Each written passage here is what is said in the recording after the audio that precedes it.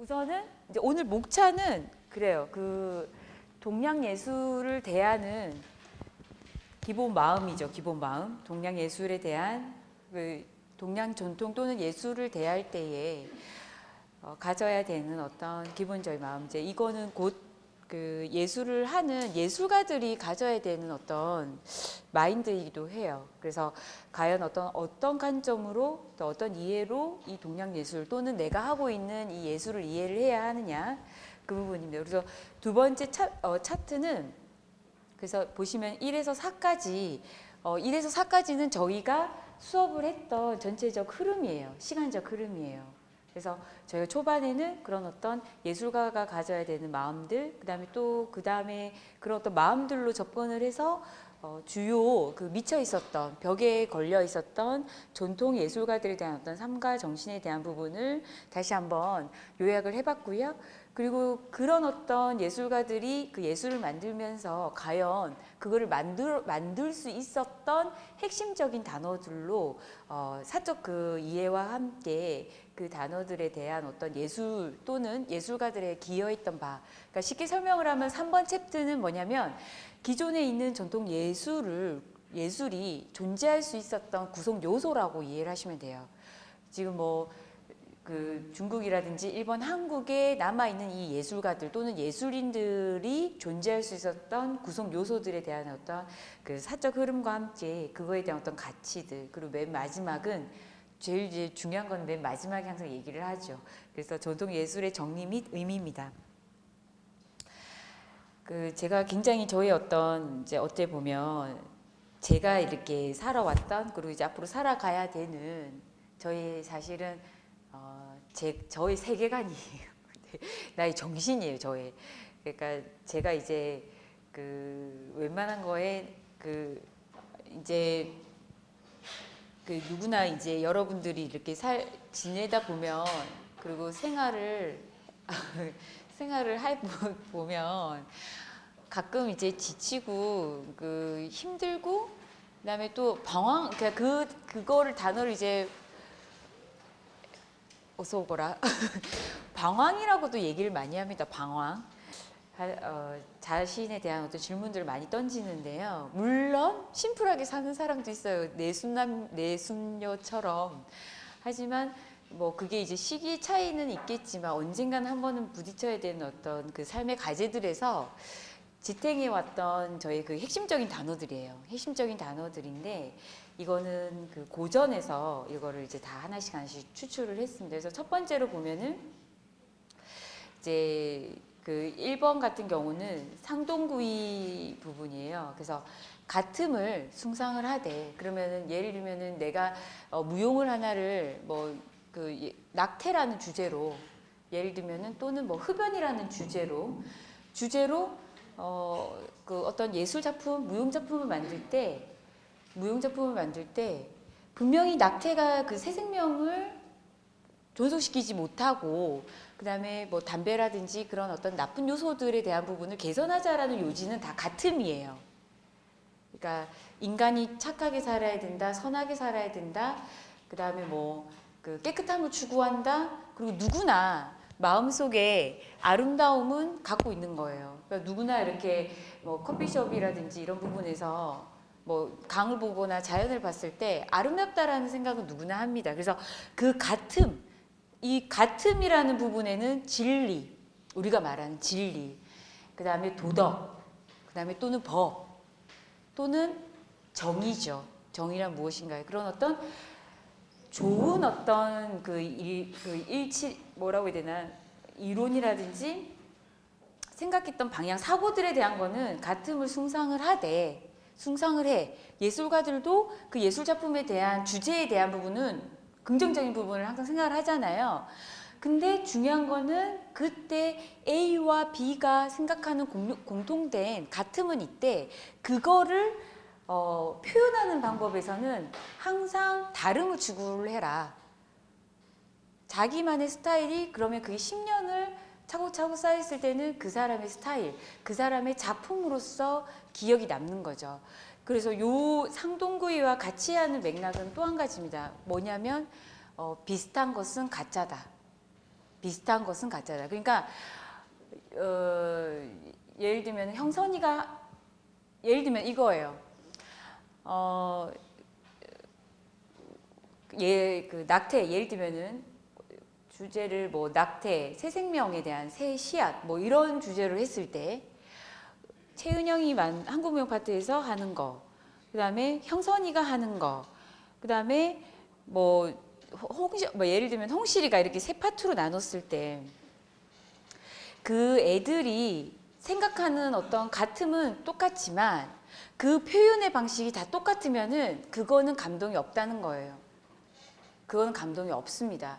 그래서 그때 말하고 싶은 거는 뭐냐면 비슷한 것은 뭐다? 가짜다라고 말을 할 수가 있습니다. 그래서 자신들만의 어떤 스타일을 만들어 가라. 저는 그게 가장 중요한 예술가 또는 예술 이론을 공부를 하는 데 있어서의 관점인 것 같아요. 그래서 패러디하고 형선이 작품을 예인이가 하고 예인이가 했던 거를 또 다른 어떤 그 은영이가 하고 은영이가 했던 걸 진솔이가 만들고 계속 똑같은 게 반복되는 부분은 무엇이다? 결국은 오리지널이 아닌 가짜다.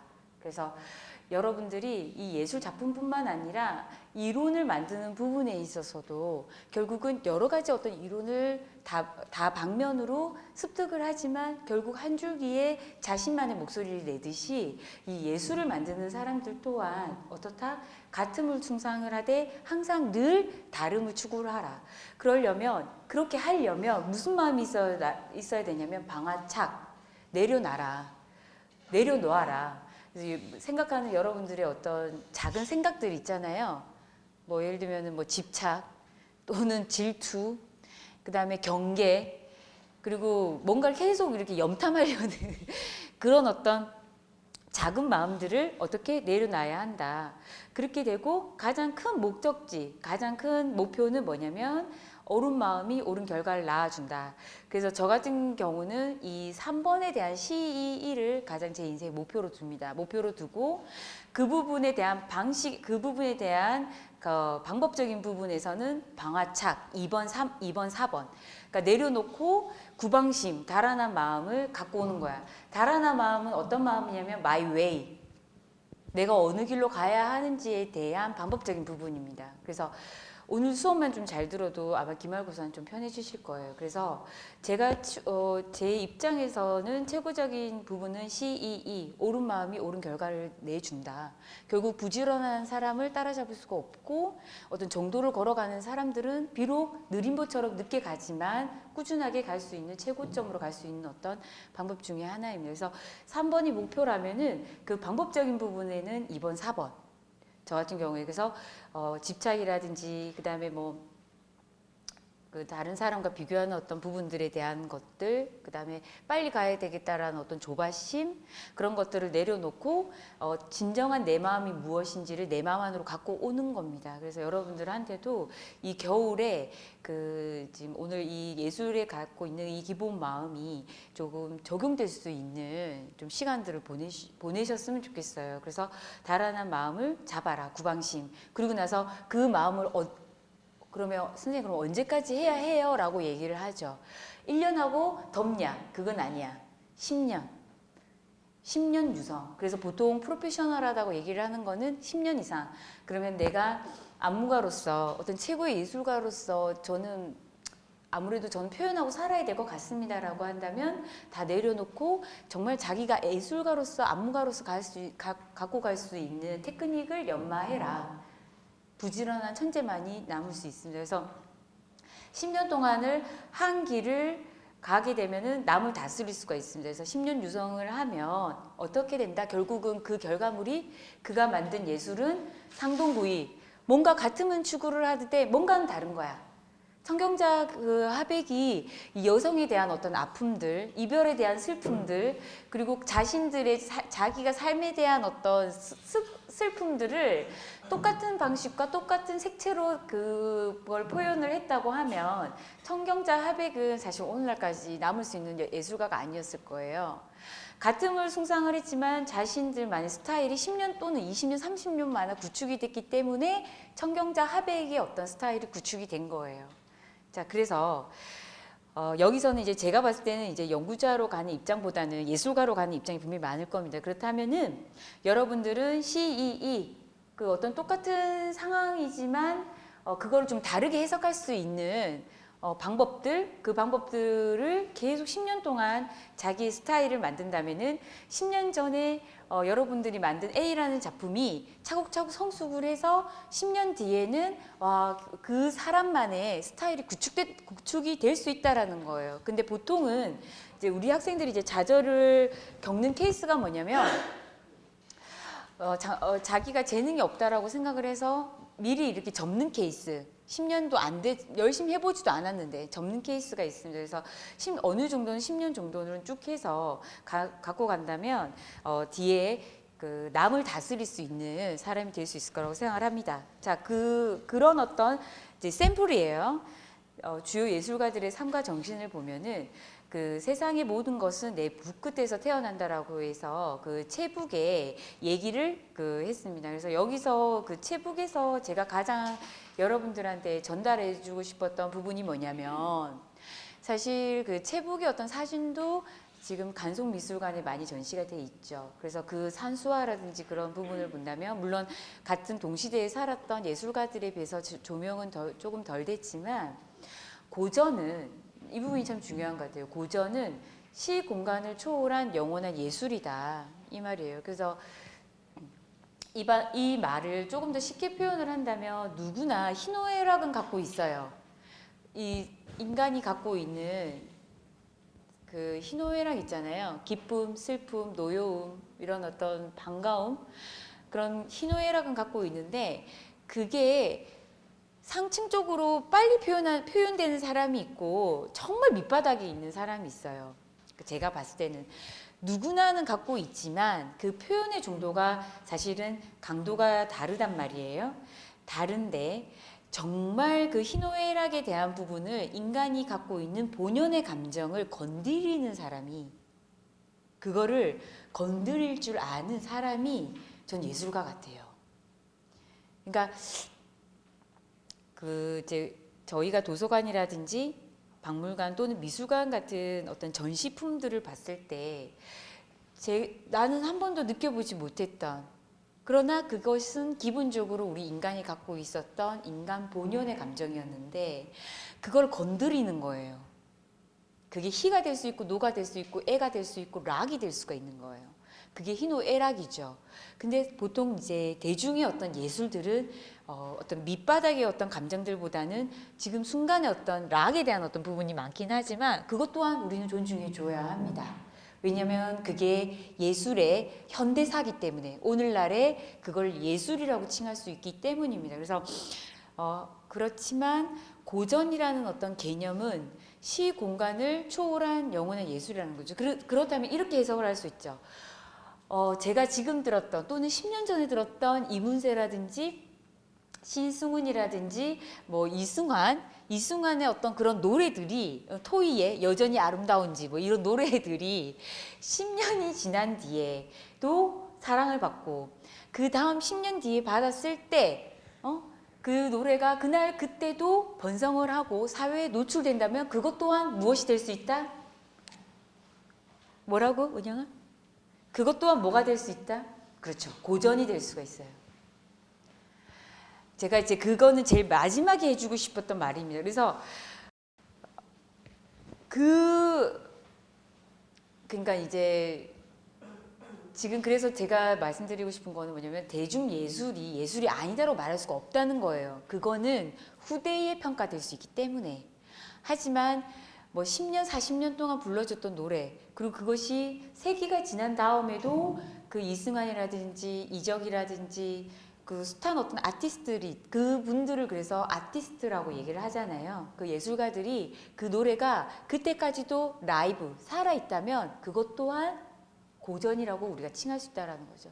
어느 정도 시간의 확보만 있다면 그 부분은 제가 다시 마지막에 말씀을 드리겠습니다. 좀 중요한 부분이기 때문에.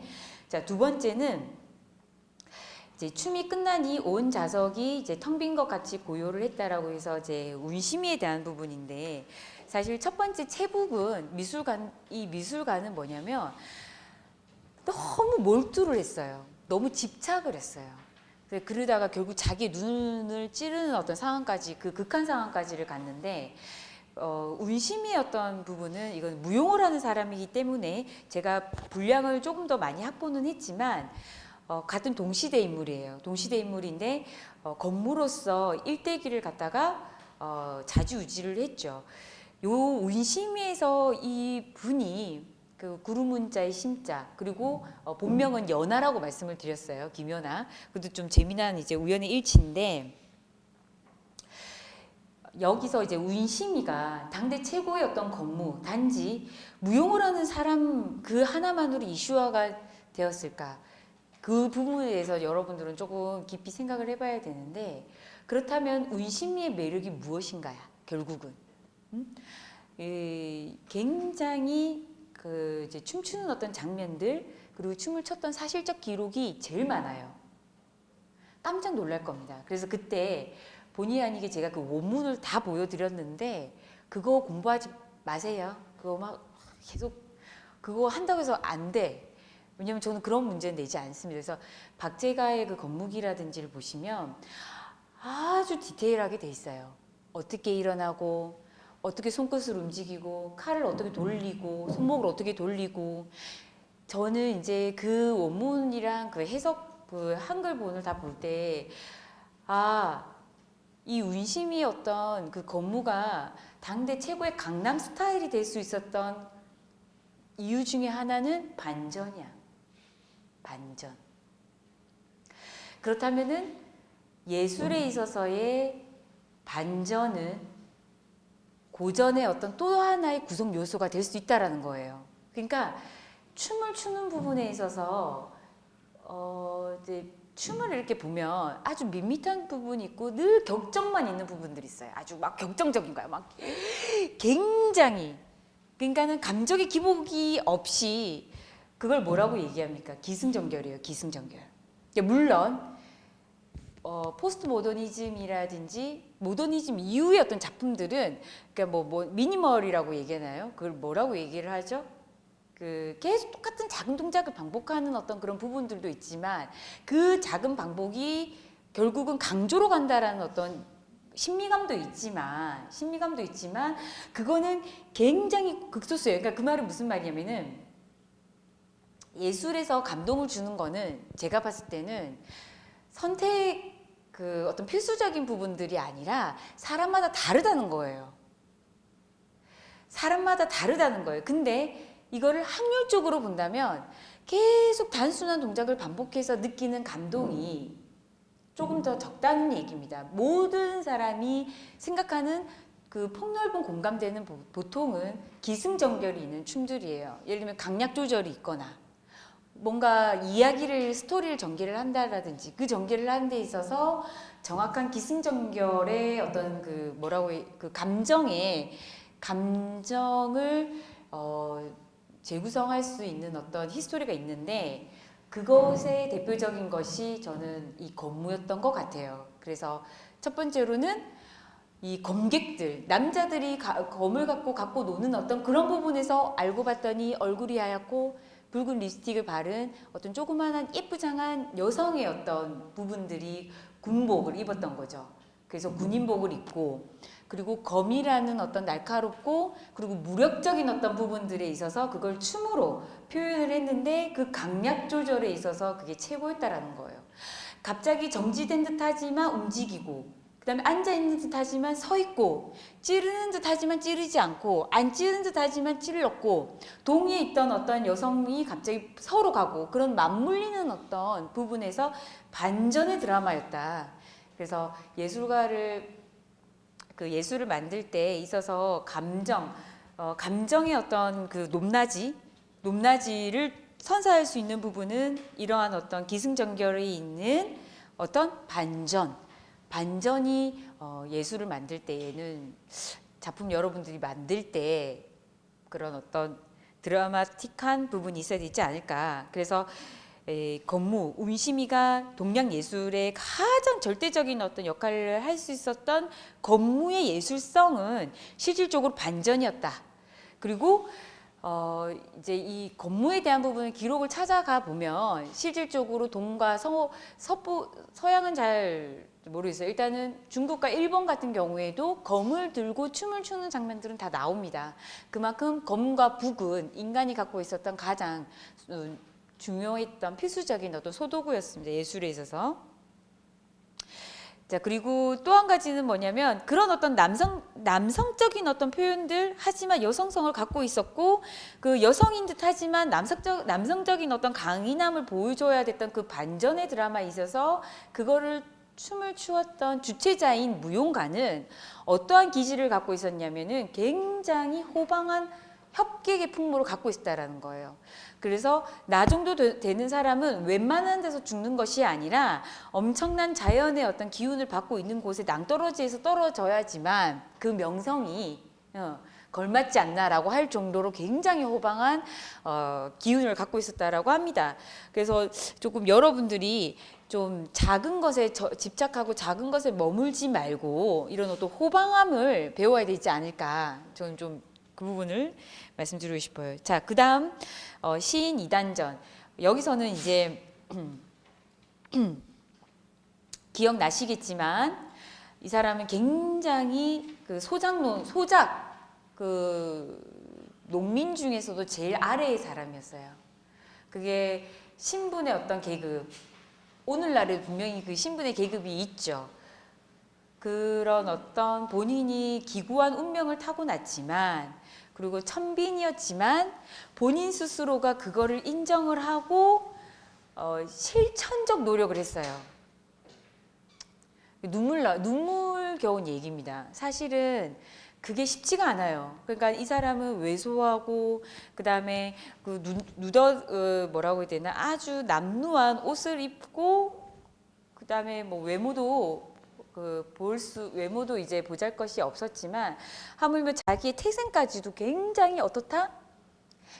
이 이제 스토리에서는 저는 희망을 가져라 여러분들. 그리고 또 한 가지는 실천적 행동이 참 중요하다 이거예요.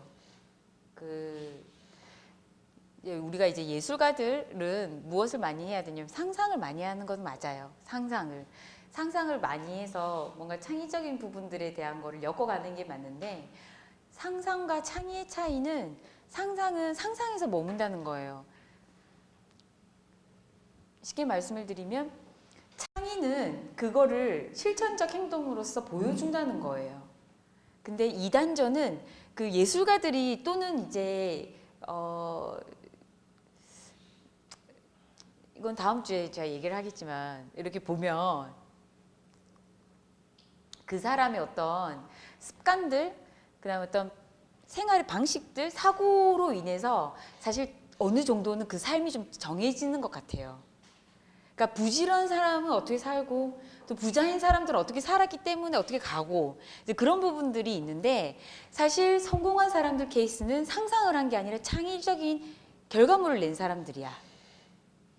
그렇다면 이단전이라는 사람은 시는 가장 최고의 동양에 있었을 때의 시는 여러분들이 주목해 봐야 되는 부분이에요. 사실은 시는 최고의 예술의 극치라고 생각을 해요. 그래서 시인은 내려줬다라고 얘기를 합니다. 하늘에서 내려준 사람만이 시인이라고 얘기할 정도로 예술에서는 동양에서 가장 우선시를 뒀는데 이 창의적인 어떤 부분으로서 그 문구를 만들고 글을 만들었던 이단전이라는 사람은 굉장히 못생기고 굉장히 형편도 너무나 이 천빈 출신이었고 그러면서도 분명히 그 현실에 대해서 뭔가 도전적이지가 않았을 거예요. 근데 자기의 현실을 극복을 하고 무엇을 했냐면 창의적 실천을 한 사람이에요. 창의적 실천. 저는 이거에 박수를 쳐주고 싶은 거예요. 그러니까 이제 여러분들이 이제 현실에 대해서 비판적이고 그다음에 분노하고 그다음에 괴로워하고 그래서 자기가 갖고 있는 춤을 좀 접어버리고 포기하려고 하고 뭐 더 이상 꿈을 꾸려고 하지 않은데 그런 어떤 비판적인 어떤 시각이 아니라 이 사람은 그 비판적 현실을 무엇으로 극복을 했냐면 창의적 경험 또는 창의적 실행, 창의적 실천을 한 사람이에요. 저는 제가 선배로서 후배들에게 가장 해주고 싶은 말은 창의적 실천을 하면 여러분들이 생각했던 꿈에 한 발짝 한 발짝 빨리 다가서지 않을까, 그런 부분들을 합니다. 그래서 긍정적인 관점, 그리고 창의적 실천, 그래서 보다 적극적으로, 자, 중요한 거, 적극적으로 삶을 개척하라. 그래서 춥다고, 눈이 내린다고, 그 다음에 방학이라고 집에서 상상만 하지 마시고요. 상상만 하지 마시고요. 이 겨울을 좀 부지런한 창의적 실천을 할 수 있는 여러분들이 되셨으면 좋겠어요. 그래서 4학년을 맞이하였으면 좋겠습니다. 갑자기 오리엔테이션이 됐네요. 각 스토리별로 중요한 얘기 제가 말씀드렸어요. 그래서 2단전은 현실을 극복을 하면서 창의적 실천을 했던 동양예술의 어떤 그 사람이었다. 그리고 이제 여러분들한테 이제 그 그레이드라는 거는, 이 물이라는 거는 사실 굉장히 중요해요. 한양대학교 3학년들의 무리, 그다음에 다른 집단들의 어떤 각각의 무리들은 그들만의 무엇이 있냐면 암묵적인 어떤 공통점이 있기 때문에 묶여놓은 거예요. 그리고 묶을 수밖에 없었습니다. 근데 그거에 대한 부분을 사실은 탈피하고 그거를 업그레이드 하려면 엄청난 노력이 필요해요. 엄청난 노력이 필요합니다. 물론 신데렐라 케이스도 있겠지만 과연 신데렐라가 아닌 모든 사람들은 엄청난 노력을 해야지만 그 삶이 사실은 조금 더 긍정적인 삶으로 갈 수 있다는 거 말씀을 드리겠습니다. 자, 그 다음에 이제 4번, 5번 이 부분들은 이제 특히 이제 그 탈춤을 했던 탕문환이라는 사람은 굉장히 좋은 집안에서 태어났어요. 좋은 집안에서 태어났는데 이렇게 어떤 탈춤도 잘 췄고, 그리고 또 중요한 거는 이 사람은 기구를 만들었어요. 그 춤에 그 들어가는 어떤 무대 장치를 했다라고 생각하시면 돼요. 그래서 무대 장치를 했는데 이때 당시도 춤의 어떤 예술 또는 무대 예술 또는 이제 동양 예술 같은 경우에는 이렇게 전문적인 어떤 역할을 했던 사람도 있었고, 이제 마지막으로 이제 효명세자가 있었습니다. 효명세자, 그리고 효명세자에 대한 부분은 사실 한 타임을 더 해서 얘기할 수 있는 얘기들이 좀 많아서요. 다음 시간으로 넘기고요. 그 김성기라는 분은 그 좀 중요하다고 생각하는 부분은 뭐냐면 배움에 대한 열정. 이 사람은 사실은 그 장학원 그때 당시에 최고였던 예술 기관에서 그거를 가르쳤던 선생님 밑에 배울 수는 없었던 처지였어요. 하지만 문 밖에서라도 그 악보에 기록되어 있던 모든 내용들을 기록화하고 배우고자 많은 노력을 했습니다. 그래서 결국 그러한 노력들이 나중에는 어떤 이 사람을 최고로 만들었죠. 자, 제가 생각했던 그 프로세스입니다. 프로세스. 그 도식화를 해보면 일단은 방아착 내려놔라, 여러분들의. 그리고 자신들이 무엇을 정말 할 것인지, 내가 이번 겨울은 영어를 하나를 정말 마스터를 해서 영어로서 문화예술 또는 그 무용예술을 통역을 해야겠다, 또는 번역을 해야 되겠다, 또는 유학을 가야 되겠다, 나는 춤 하나만으로 이거를 승부를 내야 되겠다라는 어떤 자기의 마음을 갖고 와서 옳은 마음이 옳은 길을 내준다라는 목표점을 향해서 항상 자신들의 마음을 추스려서 어떻게 자기 것을 만들어라. 자, 마음가짐은 자기의 스타일을 구축을 하라. 그 다음, 그러면 이런 부분에서 여러분들이 기본적으로 알고 있으셔야 되는 예술 이론은 사실은 미입니다. 미. 아름다울 미. 하지만 실질적으로 이 아름다운 미는 살찐 양에서부터 시작이 됐다고 말씀을 드렸어요. 그래서 살찐 그 당시에는 그런 어떤 그 시대적인 어떤 부분 때문에 살찐 양이 최고의 행복을 준다라는 의미의 미입니다. 미는 사실은 행복과 직결된 부분이에요. 그래서 그 미에 대한 부분들을 더 가꾸고 발견하고 데코레이션을 하고 그거를 융성하고자 하는 것이 오늘날 현대적 정책이에요. 흐름이에요. 그래서 아무튼 그렇습니다. 그렇다면 제가 이제 좀 좋아하는 부분입니다. 뭐냐면 미와 무와 기의 무에 대한 부분은 뭐냐면 그 당시에 그 선사시대 역사가 이루어지지 않았던 그 옛날에 어떤 인류가 시작되는 시점에서 아름다움 또는 행복이라는 거는 먹고 살기 위한 본능적 움직임이었다라는 거죠. 그런 어떤 미가 그 미를 획득하기 위해서 살기 위한 움직임이 사실은 누가 했냐면 무입니다. 이 그 무용무자가 아니라 여기서 나오는 이 무인할 때 이 무자인데 결국은 살기 위해서 비를 많이 내리게 해달라 또는 외부의 어떤 침략에서 보호해달라는 개념으로 나뭇가지를 막 흔들고 손방울로 흔들었던 모습들을 보고 그걸 무엇이라 표현을 했냐면 아름다운 그 이제 옷에게 옷을 입고 아름답게 곱게 화장을 하고 양쪽에 어떤 신을 부른다라는 어떤 개념의 무가 기의 어떤 흐름, 기예 또는 이제 기생이라는 어떤 이름으로 이제 그 변화가 됩니다. 그런 부분들이 실질적으로 그런 어떤 기운들은 무엇이 있어야 되느냐? 무엇이 있어야 되느냐? 자, 신에게 접근할 수 있는 방법, 신에게 소통할 수 있는 방법. 내가 이 전 인간을 대표를 해서 전체적인 어떤 인류를 대표를 해서 신과 컨택하는 사람을 무녀라고 얘기를 하잖아요. 근데 무녀가 되기 위한 기본적 조건이 무엇이냐? 일단 재가 있어야 돼.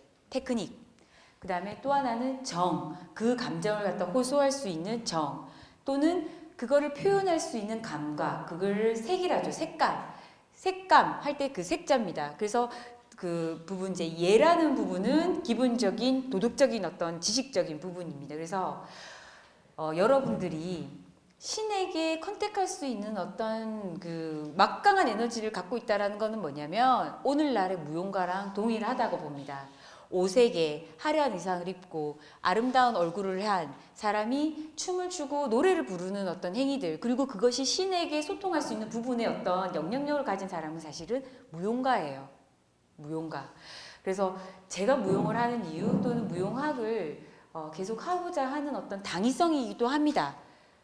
곧 무용가라면 진정한 무용가라면 이게 제일 중요합니다. 진정한 무용가라면 기능과 지금 재라고 말했던 테크라는 어떤 재능과 그 다음에 어떤 인간에 대한 정에 대한 부분들 그리고 감각, 색이라는 감각 그 다음에 지식적인 부분 또는 매너라는 부분에 얘가 갖춘 사람만이 어떻다? 신과 컨택할 수 있는 그 무언가의 어떤 영을 전달하는 그때 단어가 영을 전달한다라고 그랬잖아요. 영을 전달하는 그 사람일 수 있다라는 거예요. 그래서 무용가라는 어떤 책임감인 것 같아요. 이 누군가에게 무대에서 뭔가 감흥, 그 영이라는 거는 뭐냐면 말로 표현할 수 없는데 그 감동적인 에너지예요. 이 영이라는 기운은 그 강한 기운인데 그 강한 기운을 전달할 수 있는 사람은 뭐냐면 쉽게 말하면 재와 정과 색과 예를 갖춘 진정한 무용가만이 무엇을 전달할 수 있다? 예술을 전달할 수 있는 거예요. 예술을 전달할 수 있는 그것이 오늘날 미에 대한 개념이에요. 먹고 살기 위했던 미에 대한 용어가 오늘날의 용어는 재와 정과 색과 예에 대한 그 에너지를 갖고 있는 그 무용가가 전달할 수 있는 예술 작품이 사실은 미예요. 저는 이 부분은 정말 중요한 것 같아요. 그래서 이거는 낼 거예요. 시험에. 그런 어떤 그래서 사실은 진정한 예술가 또는 진정한 무용가가 어려운 거예요. 그리고 누구나 할 수 있는 게 아니라는 겁니다.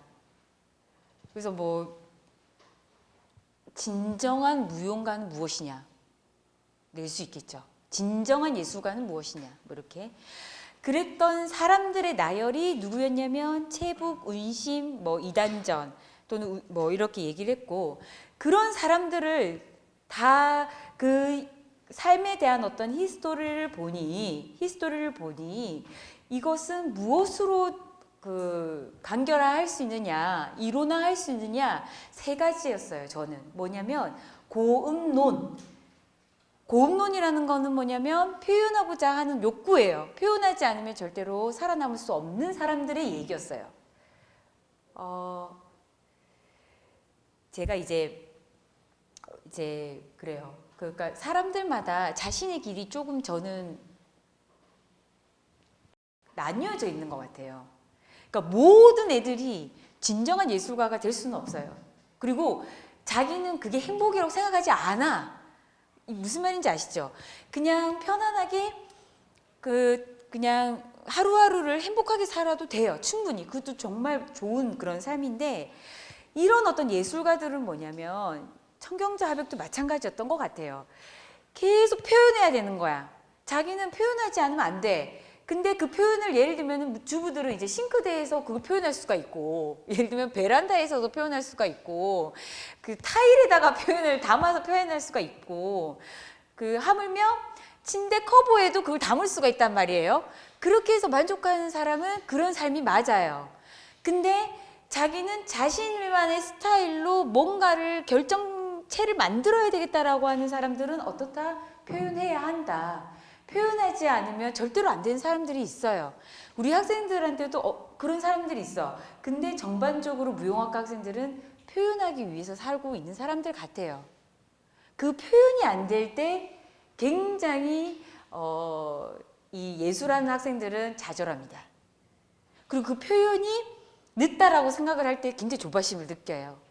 그래서 그런 부분들을 저는 이해를 하고 있다는 거. 자, 그리고 나서 또 한 가지로 조금 이제 이론적인 부분을 하고 적용을 시키면 불강불급. 사실은 이 사람들은 정치적인 어떤 의도라든지 그 다음에 경제적인 어떤 소득이라든지 그런 부분들, 자신에 대한 안위에서는 사실 벗어난 사람들인 것 같아요. 그게 뭐냐면 정말 좋아했어요. 정말 춤추는 게 좋았고, 정말 그림 그리는 게 좋았고, 자기가 글을 써서 대가들한테, 문장가들한테 보여줄 때에 자기가 인정받는, 살아있다라는 존재감을 느꼈던 사람들입니다. 그래서 저는 불광불급, 정말 자신들의 일을 좋아하는지, 그리고 자신들이 좋아하는 일을 찾았는지, 표현하고자 하는 그 부분을 찾았는지에 대해서 여러분들한테 고민을 해보셨으면 좋겠고요. 그리고 그런 어떤 표현하고자 하는 욕구들, 그리고 표현을 했을 때 그 표현하는 그 목표를 찾았다면, 그 지점을 찾았다면 어떻게 해야 된다? 10년을 쭉 하면 결국은 양생주.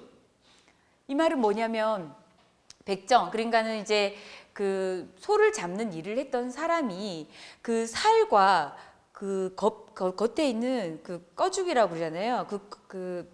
뭐라고 되나? 소의 가죽과 살을 벗기는 그거를 결국은 계속 10년 이상 그걸 즐거운 마음으로 했더니 그것이 결국은 음악으로 들렸다라고 얘기를 합니다. 음악으로 들렸다. 그러면 여러분들은 더 좋은 환경에 있으면서도 10년 정도 자기가 하고 있는 연말을 하면 무엇이 될 수 있다?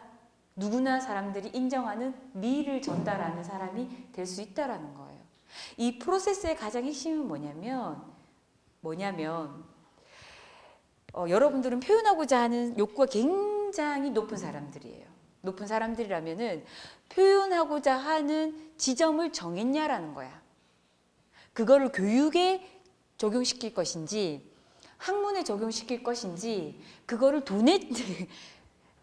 돈에 이제 정복시킬 수도 있잖아요. 그렇죠? 돈에 미친 애들이 있거든. 절대 나쁜 건 아니야. 그리고 나는 외모에 점점 예뻐진 애들이 있어요. 점점. 좋아요. 너무 좋아요. 그러니까 외모 또는 패션 너무 좋아해. 너무 감각이 있어. 무용한 애들 중에 유독 내가 의상하라고 그러거든. 굉장히 감각, 그거는 타고나는 거야. 뭐? 아까 얘기했잖아. 색, 정, 색, 예. 이 부분에서 색이라고 감각 있는 애들이 있어요. 그러니까 똑같이 똥머리를 똑같이 했는데 걔 똥머리는 뭔가 탐스럽고 아름다워요. 그냥 걸쳤는데도 감각이 있다라는 거예요. 그거는 이제 색감의 조화, 그 어떤 그 뭐라고 해야 되나, 이 모양의 조화가 타고났죠. 누구였냐면 그게 채승이었죠. 채승이었단 말이야. 시대가 흘러도 채승이의 스타일이 각광받는 이유 중에 하나는 뭐냐면 너무나 감각적이었다는 거야. 감각은 여러분 현대적 단어예요. 그게 뭐냐면 소통이에요.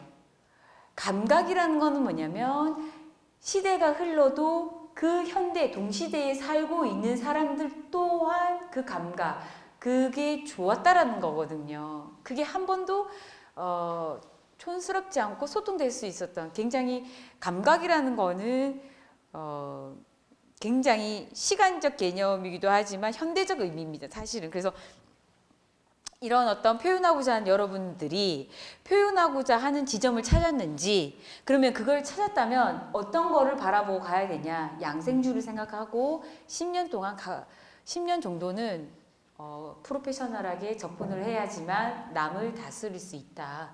그것이 이 프로세스에서 가장 강조하는 부분입니다.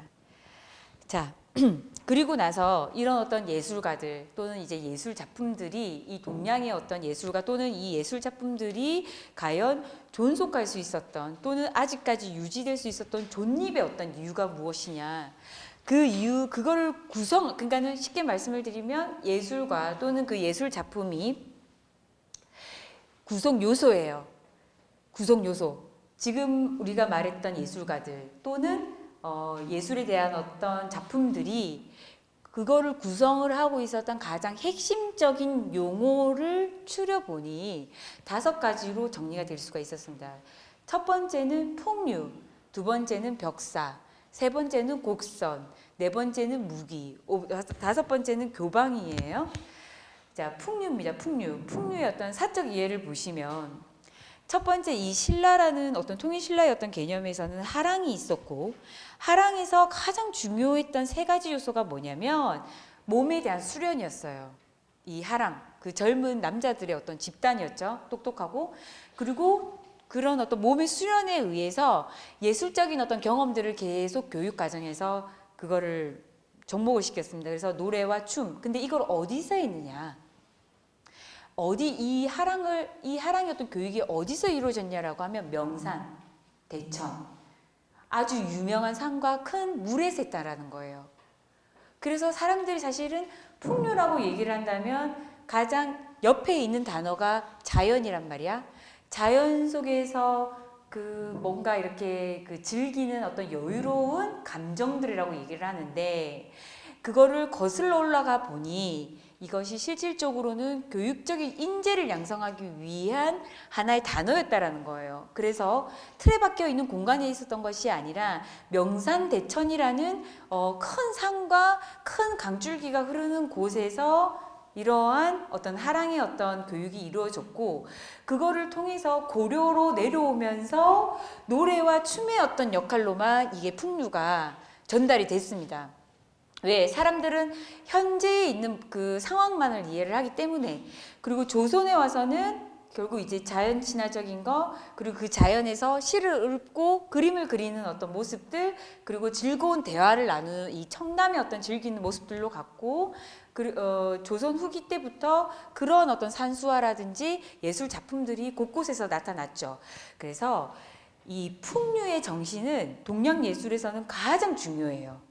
굉장히 중요합니다. 그리고 그러한 어떤 자연과 벗삼아서 논일고 음악을 듣고 춤을 췄던 그 모든 그 경험들이 결국은 동양 예술, 오늘날 동양 예술의 결정체를 만들 수 있었다라는 거예요. 그래서 여러분들이 이제 경험하게 되는 중국이라든지 이 한국의 전통 예술을 볼 때 자연과 벗삼아서 논일었던 어떤 노래와 음악과 가락과 그런 어떤 모든 것들은 실질적으로 이 풍류의 어떤 감정들로 이루어졌던 부분이 있었다라는 거죠. 그래서 맨 마지막에 보면은 정신이 없고 이제 예술 창작소였는데 자연을 벗삼아 창작되는 예술이었다라고 말씀을 드릴 수 있었습니다. 제가 이제 여러분들한테 말씀드리고 싶은 부분은 뭐냐면 인간의 자연화. 그러니까 인간의 자연화. 이거는 제가 한 2년 전에도 시험 문제 냈는데 결국은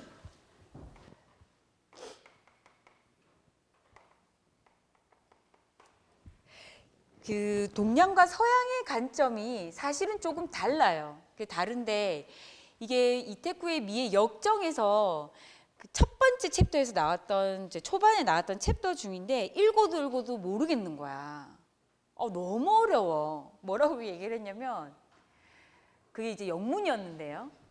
그래서 이해가 더 안 됐나? 동양은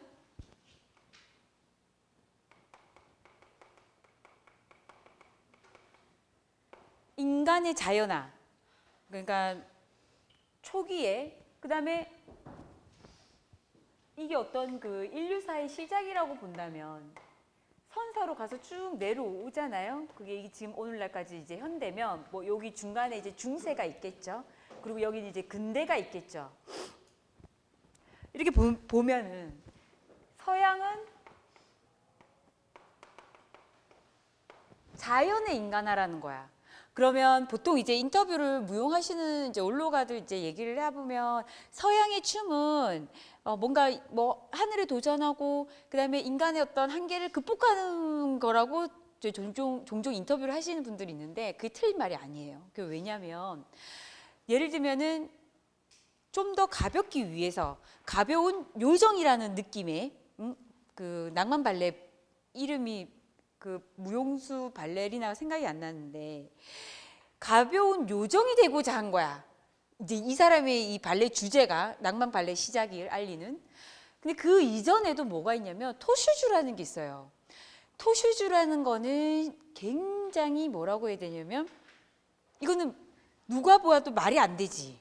그 석고 위에 올라가서 그리고 다리를 나는 분명히 내 다리는 이 지면에서 10도밖에 안 되는데 90도 이상을 갖다가 90도 이상을 만들으라고 한단 말이에요. 그러면 그 생리학적으로도 본다면 이 해부학적으로 본다면 과연 나의 이거는 여기가 0도라고 하면은 사실 이 90도가 가장 반경이 제일 최대 반경 아니에요?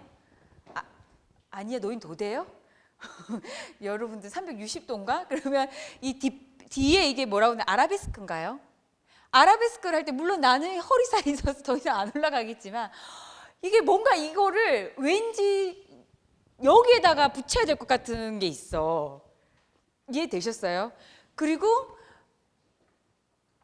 이렇게 해가지고 이렇게 뛰잖아. 이거 외워 나도. 그래 뛰는데 다리를 점프를 하는데 다리가 180도에서 마이너스가 되라고 한단 말이야. 우리 강수진 보면은 다리가 이렇게 돼 있잖아요. 그리고 나는 땅이 편한데 자꾸 하늘로 올라가래. 그래서 이거는 사실은 하늘에게 좀 더 가까이 가고자 하는 인간 한계의 극복이에요.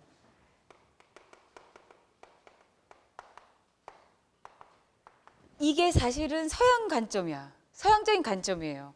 좀 더 그러면서 우리 인간이 얼마만큼 할 수 있느냐를 보여주기 위한 가장 좋은 표상이 토슈즈 같아요. 대단한 거지. 어마어마합니다. 근데 사실 동양적 관점에서 본다면 우리의 어떤 인간이 자연에게 거스리지 말고 그 자연에 동화되는 일부로서 있고 싶어 해요. 춤이든 노래든 뭔가 예술 작품도 늘 그 자연을 그대로 둔 상태에서 일부이기를 원하고 이거는 극복하고자 원하는 극복 또는 일부라는 어떤 개념에서 그 더 나아가서 무엇? 조화란 말이야. 조화. 무슨 조화? 자연이 되고자 하는 조화야. 자연이 되고자 하는 조화야. 그렇기 때문에 이러한 관점에서 그림과 예를 들면은 무용과 음악을 이해하셔야 돼요. 그리고 이러한 관점에서 그림과 똑같은 거를 이해를 하셔야 되는데 지금은 이런 상태로 시작은 이렇게 했으나 지금은 그럴까? 그건 아니라고. 그래요. 동양에 대한 예술적 관점은 인간의 자연하다. 서양의 예술에 대한 관점은 자연의 인간화라고 오늘날까지 그걸 고수를 한다면 여러분들의 지식은 너무도 평양적이라는 거야. 저는 그거를 벗어났으면 좋겠어. 벗어나라. 그건 무슨 말이냐면은 시대적 흐름에 의해서 지금은 어떻게 점점 서로에게 관심을 둔다라는 거예요. 결국은.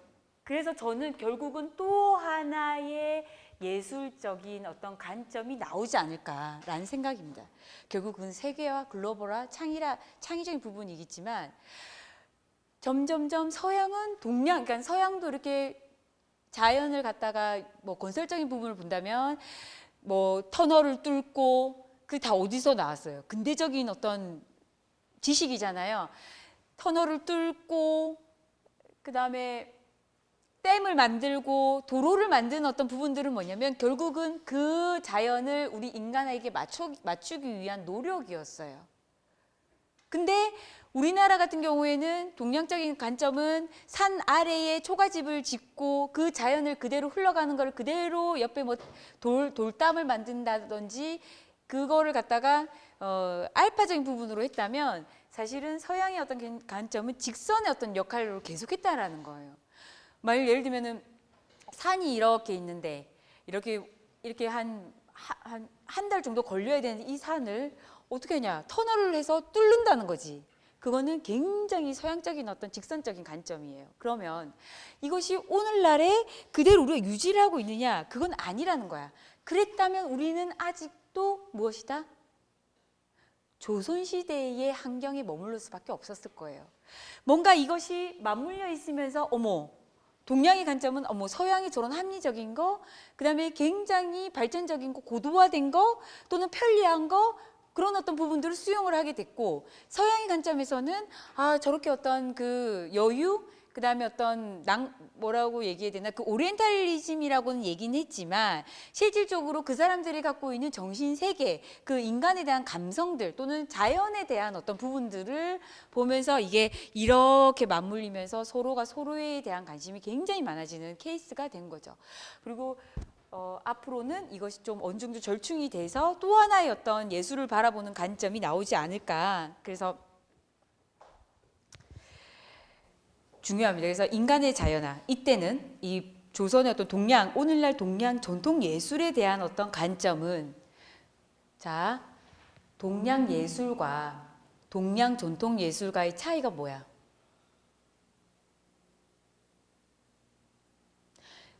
전통 예술과 아니 동양 예술과 동양 전통 예술의 차이가 뭐예요?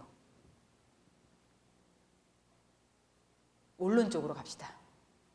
동양 예술과 동양 전통 예술의 차이가 오나 갑자기 오랬던 게 동양 예술과 동양 전통 예술의 차이가 뭐야? 그 전통이 들어갔어, 그지? 전통이 뭐야? 좋아요. 그러면 만일 제가 시험 문제에 동양 전통 예술을 바라보는 어떤 관점을 쓰라고 했을 때 동양 예술 동양 전통 예술을 바라보는 관점에서 인간의 자연화라고 대답하면 돼, 안 돼? 내가 지금 확인하고 돼요. 동양 예술의 예술을 바라보는 관점에서 인간의 자연화라고 쓰면 돼, 안 돼? 자, 여러분, 자, 요 지점까지는 전통적인 어떤 부분에서의 우리가 말하는 전통이라는 게 유지됐다고. 전통이래요. 이거는 오늘날의 관점이잖아요. 그쵸? 그러면은 요까지는 사실은 어떤 전통 예술이라고 할 수 있어요. 그쵸? 근데 근대 이 관점에서는 이거는 그냥 예술이야, 예술. 그거를 전통 예술이라고 하지 않는다고. 왜?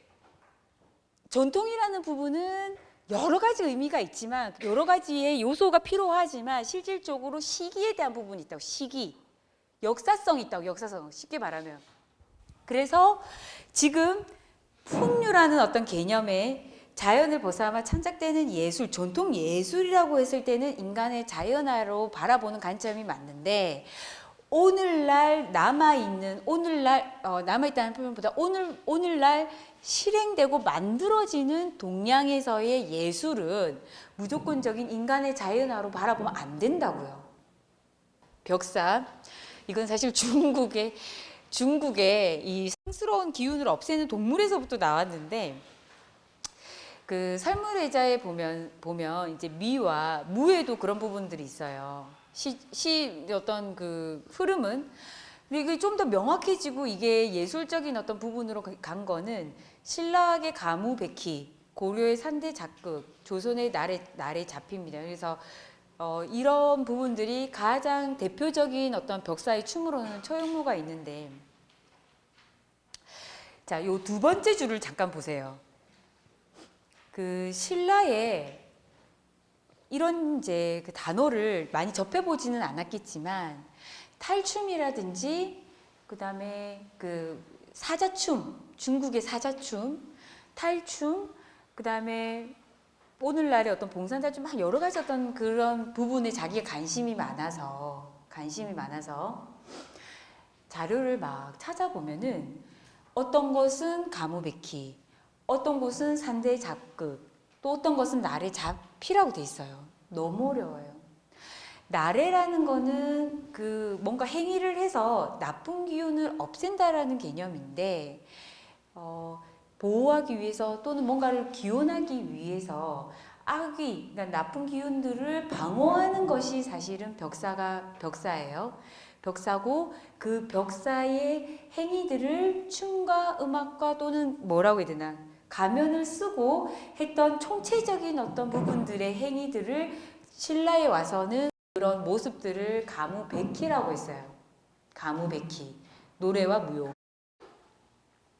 또는 그 행위들이 고려로 오면서 산대잡극, 산대라는 곳에, 그러니까 산에 걸쳐져 있는 그 천막 같은 거예요. 산대라는 의미는 쉽게 말씀드리면 그런 각종 여러 가지 뭔가 콜라보돼 있는 그 각각의 어떤 여러 가지가 같이 접목되어 있는, 합쳐져서 나오는 어떤 모습들, 그리고 이것이 조선의 날의 자피로 이게 좀 발전이 됩니다. 그래서 이런 부분들의 가장 큰 목적은 뭐냐면 벽사였어요.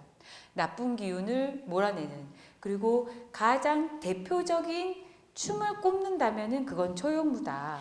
그래서 민간의 어떤 주술적인 춤에서 조선 시대의 궁중의 날에로 갑니다. 그래서 12월 31일 마지막 날에 뭐 이렇게 그 총을 쏘고, 그다음에 막 그 폭죽을 날리면서 엄청난 엽기들, 그다음에 악마들, 그다음에 그렇게 이제 안 좋은 기운들은 물러가고 새해를 맞이하고자 하는 국가적 행사를 하게 되는 거예요. 이제 국가적 행사를 하는데, 꼭 보면 조선 초기 15세기부터 그 이제 기록에 의한다면은 항상 처용무가 맨 마지막에 나와서 궁중무용으로 쳤다는 거예요. 그렇기 때문에 어떤 나쁜 기운들을 몰아내기 위해서. 그래서 처용무를 보면 우리가 말하는 동양 사상, 오행 사상이 다 들어가 있습니다. 그래서 동서남북, 그리고 동은 푸름, 서는 흰색이고 남은 붉음이고 북은 검정이에요. 이 순서로 동서남북이 처용무가 구성되어 있어요. 그리고 중앙에는 황이 들어가 있습니다. 황. 그거를 중간에 모든 부분들을 조합하고 융합한다는 최고의 어떤 위치죠. 황, 중간에 황. 봄, 가을, 여름, 겨울로 이 사방을 나눕니다. 그래서 굉장히 의미가 있고, 또한 어떤 동양 사상에 대한 부분들이 굉장히 많이 있습니다. 그래서 이거를 또 무용적으로 접목을 시킨다면은 그 동서남북, 청백, 홍흑, 봄, 가을, 겨울에 대한 부분을 지켜라. 그 부분을 좀 말씀을 드리고 싶습니다. 그래서 처용무는 역사성과 예술성과 학술성을 지닌 세계적인 벽사 예술의 어떤 상징이라고 말할 수가 있습니다. 그래서 세계 유네스코의 세계적 무형문화재로 등록이 굉장히 빨리 됐죠. 등재가 2009년도에 되면서 부분이에요. 그래서 그때 제가 이제 설명을 할 때 봄, 여름, 가을, 겨울이라고 했을 때, 봄은 여자의 어떤 기운이 올라갔다가 차츰차츰 이제 꿈틀거리다가 어떤 여름을 기점으로 최고의 맥심을 기하고, 그때의 여름은 붉은색이다. 말씀을 드렸죠. 그러면서 가을의 기운으로 내려가면서 남자의 어떤 그 남성적인 어떤 그 기운이 막 돌면서 결국 겨울로 치닫는다라는 거를 말씀을 드렸어요. 그래서 겨울은 검정, 봄은 청, 여름은 홍, 흰색은 백. 그래서 봄은 여자의 계절, 남자는 겨울의 가을은 남자의 계절이라고 보통 말을 합니다. 그러니까 여자가 갖고 있는 어떤 음의 기운이 점점 상하는 기운, 그리고 남자가 갖고 있는 그 양의 기운이 조금씩 상의 기운으로 올라가는 게 가을이라는 거죠. 그래서 이게 굉장히 복잡한 원리인데 그렇게 말씀드릴 수 있고, 자, 곡선입니다. 곡선의 어떤 주역에서 보면 역의 태극이 있어서 양이다. 그래서 양쪽의 어떤 부분들로 해서 끊임이 없는, 끝이 없는 모든 것은 흐름의 영혼속이다라고 해서 혼돈, 그 하늘과 땅의 구분이라고는 했지만 결국 이것은 이승과 저승 또는 계속 흐름의 어떤 부분이라고 해서 곡선은 결국은 끝나지 않는 유한의 어떤 순환인 거예요. 끝이 없는, 그리고 움직임의 연속, 그리고 반복적 강조라고 말씀을 드렸어요. 그래서 이런 어떤 곡선의 어떤 미를 가장 잘 표현하고자 하는 그 단체가 대만의 뭐죠? 클라우드. 무기입니다. 조선 후기의 18세기에 역동적인 변화의 어떤 상징인데, 이제 이 단어를 여러분들이 굉장히 이제 그 음지의 어떤 단어라고 생각을 했는데 굉장히 이거는 양지의 어떤 단어다라고 말씀을 드리고 싶습니다. 그래서 이 무용하는 사람이 조명이 됐던 게 실질적으로 가장 그 가치를 부여할 수 있는 부분은 사실은 조선 후기 18, 19세기예요. 그게 좀 더 부각이 됐던 거는 결국 이 춤추는 여자들에 대한 어떤 생각들이 사실 무기라는 거는 저는 그런 것 같아요. 이거는 제가 생각했던 단어인데 이 무자는 무용 무자고 기자는 뭐냐면 제주 기자예요. 재능. 그래서 기회라든지 기술이라든지를 할 때 하는데 또 좋은 의미는 여기에 있는 제자 앞에 건 제자잖아요. 바깥에서 안으로 들어간다라고 해서 하는데 춤추는 우리를 저는 이렇게 말하고 싶다라는 거야. 춤을 추고 있는 우리는 사실은 무기다. 그래서 춤을 정말 전문적으로 출 수 있는 사람이다라는 의미입니다. 18, 19세기는 엄청난 변화의 어떤 시기입니다. 가장 중요한 거는 뭐냐면 민중예술의 어떤 발전과 굉장히 함께 굉장히 유동적이에요. 이 사회 자체가 굉장히 경직된 것이 아니라 굉장히 유동적인데 상하의 체계, 그런 어떤 쉽게 말하면 계급의 어떤 상하의 체계라든지 예술의 어떤 체계들이 뭔가 모르게 계급의 어떤 부분들이 굉장히 유동적일 정도로 굉장히 액티브했단 말이야. 액티브를 했는데 이때 춤추는 여자들이 무엇을 했느냐, 과연 무엇을 했느냐, 예술 상호 간의 수용과 변용을 통한 역사적 진보를 이루었고 춤 역사의 가장 발전적 대목, 전문성 및 예술성을 가했기 때문에 오늘날의 동양 예술이 있을 수 있었다라는 거예요. 자, 이 부분은 중요해서 제가 여러분들이 좀 필기를 해주셨으면 좋겠어요. 왜냐하면 우리들의 얘기니까. 요거 필기하셨죠? 제가 조금 더 이걸 확대를 했다면 과연 이제 중국과 일본 같은 케이스에도 이런 일이 예를 들면 춤추는 여자가 굉장히 역동적으로 움직여서 춤의 가지수가 늘어났고 창작의 어떤 욕구가 강해졌다라고 말을 하고 싶은데 아직 거기까지는 제가 접근을 못했어요. 고백하면 자, 이렇게 보시면 18, 19세기에는 여러 가지 어떤 굉장히 뭐라고 해야 되나 버라이어티예요. 이 생활 자체가 굉장히. 근데 여기에 중앙이야. 보통은 이제 수도권이라고 얘기를 하는데 굉장히 빨리 변하죠. 수도권이라든지 그 핵심적인 부분은 제일 빨리 뭔가가 변화하고 있어요. 허브 역할을 하는 곳, 예를 들면 패션의 어떤 중심. 저희 때는 로데오였거든. 압구정동 그 갤러리 맞은편에 있는 맥도날드가 굉장히 중요한 로데오 거리였거든요. 근데 그걸 지금 얘기하면 난 너무 촌스러운 사람이 되지. 지금은 가로수길 또는 삼청동길을 얘기를 하는데 가장 핵심적인 부분에서 트렌드는 가장 빨리 시작이 되는데 이 수도권이라는 이 중앙 체제에서 여기에 기본적으로 경기가 있었어요. 경상도 기생들이 있었단 말이야. 근데 각 나라가 아주 혼란스럽고 여러 가지 어떤 일들이 있어서 전국의 각 지역에 있는 교방에 있는 향기, 이 향자는 고향의 향자예요. 그래서 고향에 있는 각 지역에 있는, 쉽게 말하면 오늘날 지방에 있는 국립국악원에 있는 제일 잘하는 애들을 국가 행사가 있을 때 올려보냅니다. 선상기. 이거를 그 제도가 선상기 제도입니다. 올려보내서 내가 부산에 대표하는 춤추는 여자다. 그러면 올라가요. 올라가서 여기서 궁중의 건무를 배워요. 예를 들면 궁중의 건무를 배우는데 이 느낌이 이렇게 간단 말이야. 근데 내가 알고 있는 우리 지역의 건무는 이렇게 간단 말이야. 그러면 얘가 무엇을 하냐면 자극을 받아요. 처음에 너무 놀란 거야. 아, 이런 것도 있구나. 외부적 자극을 받아요. 근데 그거를 수용합니다. 김윤지라는 그 부산의 기생이 그러면 수용을 해요. 그리고 나서 돌아와 지역으로 다시 돌려보냅니다. 왜? 그걸 유지할 수 있는 돈이 없거든.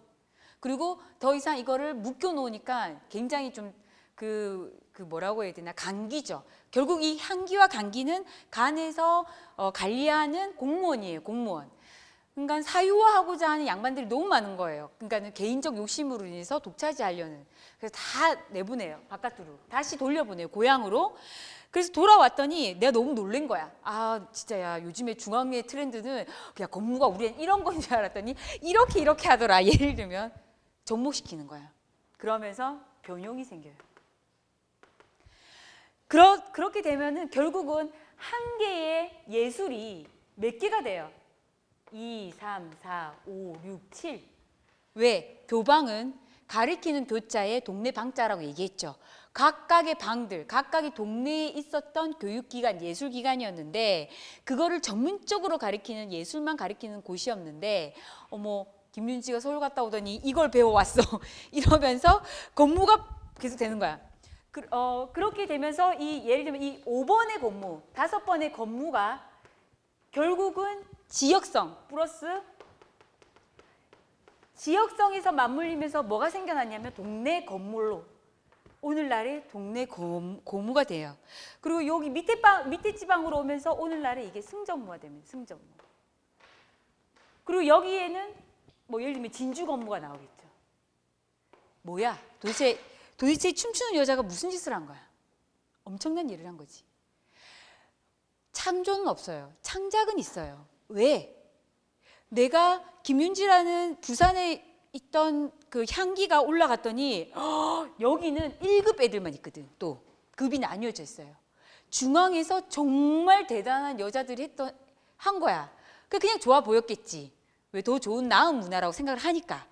그래서 깜짝 놀란 거지. 그래가지고 와가지고 이제 이걸 연습을 하면서 지역에 대한 지역성과 역사성과 여러 가지 어떤 또 외부적인 그걸로 인해서 자신들만의 고유한 지역 문화가 발생이 되는 거예요. 그러니까 결국은 예술의 창작은 사실은 무에 아무것도 없는 것에서 뭔가를 만들 수는 없어요. 그래서 창조라고 말할 수가 없는 거야.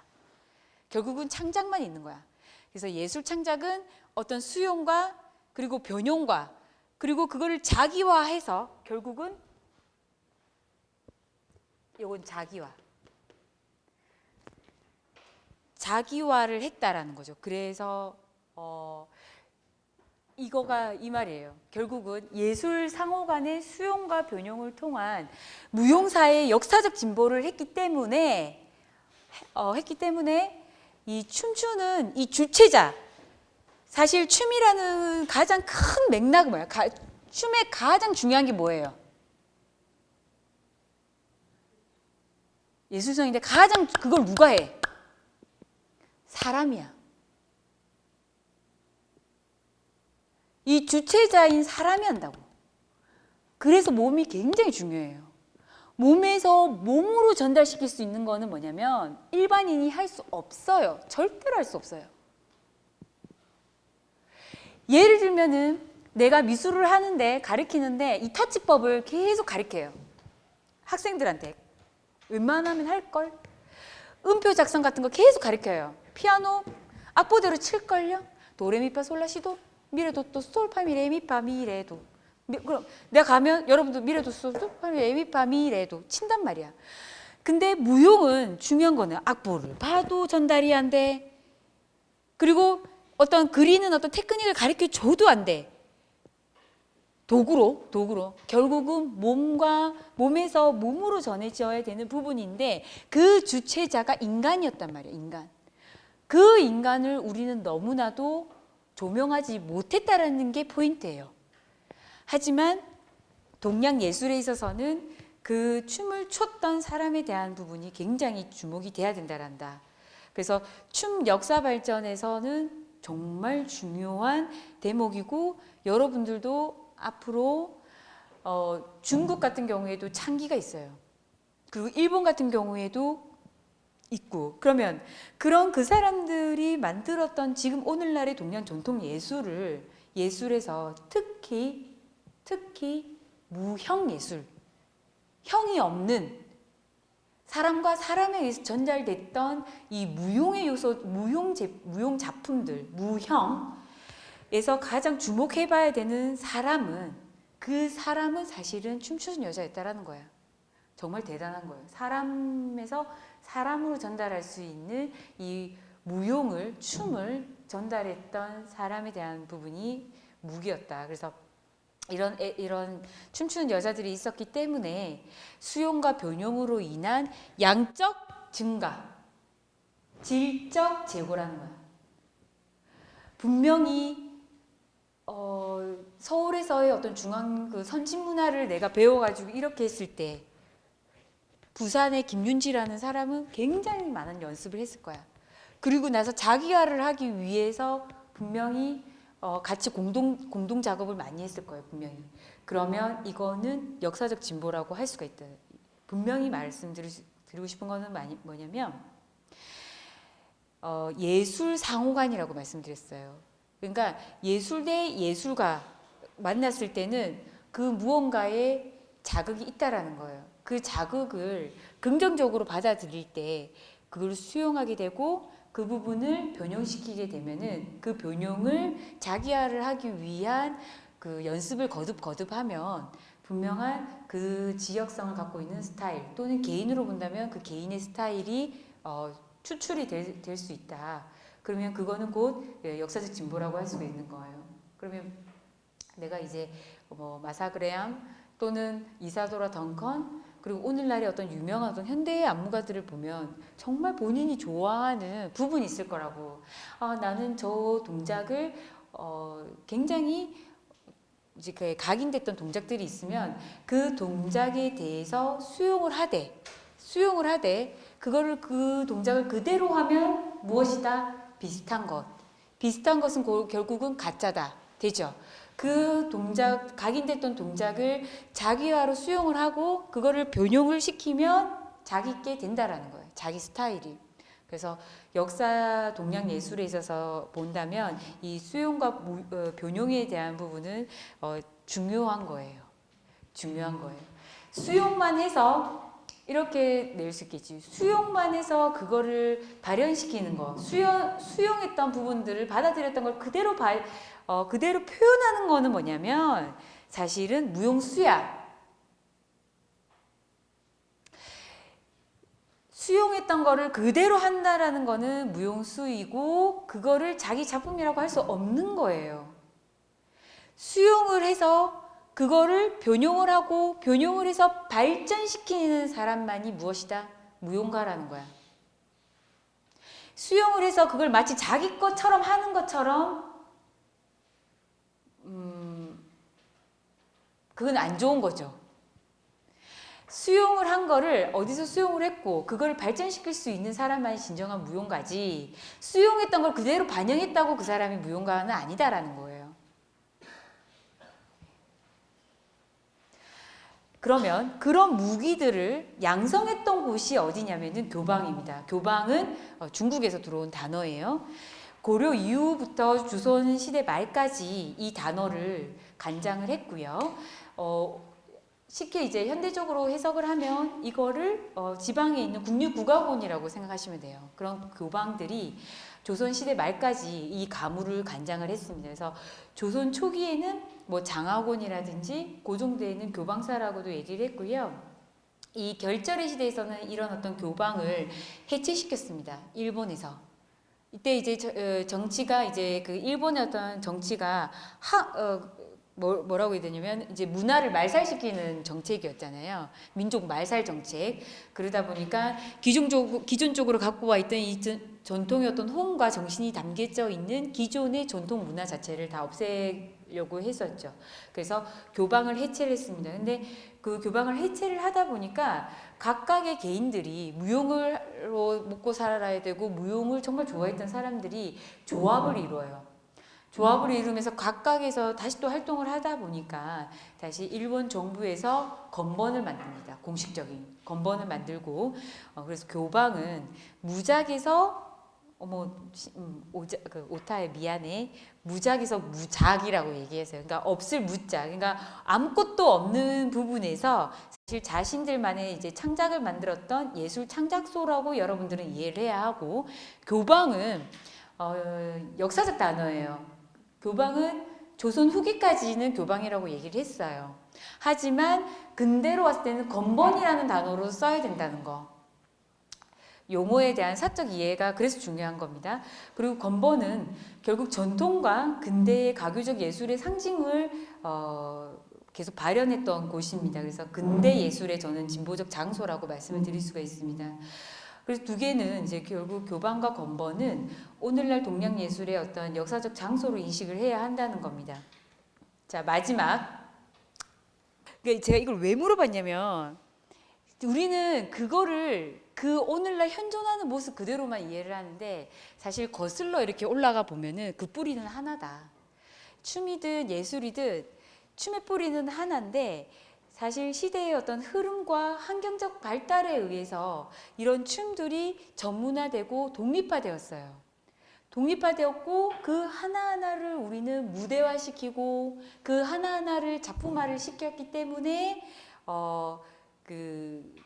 여러 가지 어떤 그 많은 어떤 장르의 어떤 춤이 오늘날 나와 있는 거예요. 이제 나와 있는데 그 중에 하나를 우리가 이름을 지었고 그거를 그 시대적인 어떤 흐름과 함께 쭉 내려왔다라고 했을 때 그거를 전통 예술이 존립했다라고 얘기를 합니다. 근데 중요한 거는 오늘날의 뭐 예를 들면 지젤이라든지 그다음에 백조요수라든지 뭐 현대무용의 어떤 레파토리가 될 수 있는 뭐 피나바우시의 어떤 작품들 또는 결혼이라는 어떤 작품들이 또는 한국무용의 어떤 승무라든지 초용무라는 어떤 작품들이 오늘날까지 계속, 이게 중요한 포인트야. 오늘날까지 존속할 수 있었던 이유가 무엇이냐? 우리가 말하는 레파토리라고 하는 거는 뭐냐면 정형화되어 있는 거야, 어느 정도는. 그리고 그 레파토리라고 한다면 어느 정도 사람들이 생각하고 있는 기본적인 스토리가 있고 기본적인 어떤 그 구성 요소가 있다고요. 어느 정도는. 승무는 분명히 장삼을 입을 것이고 지젤은 지젤이라는 아가씨가 나올 것이며 백조의 호수에서는 흑조도 나오니?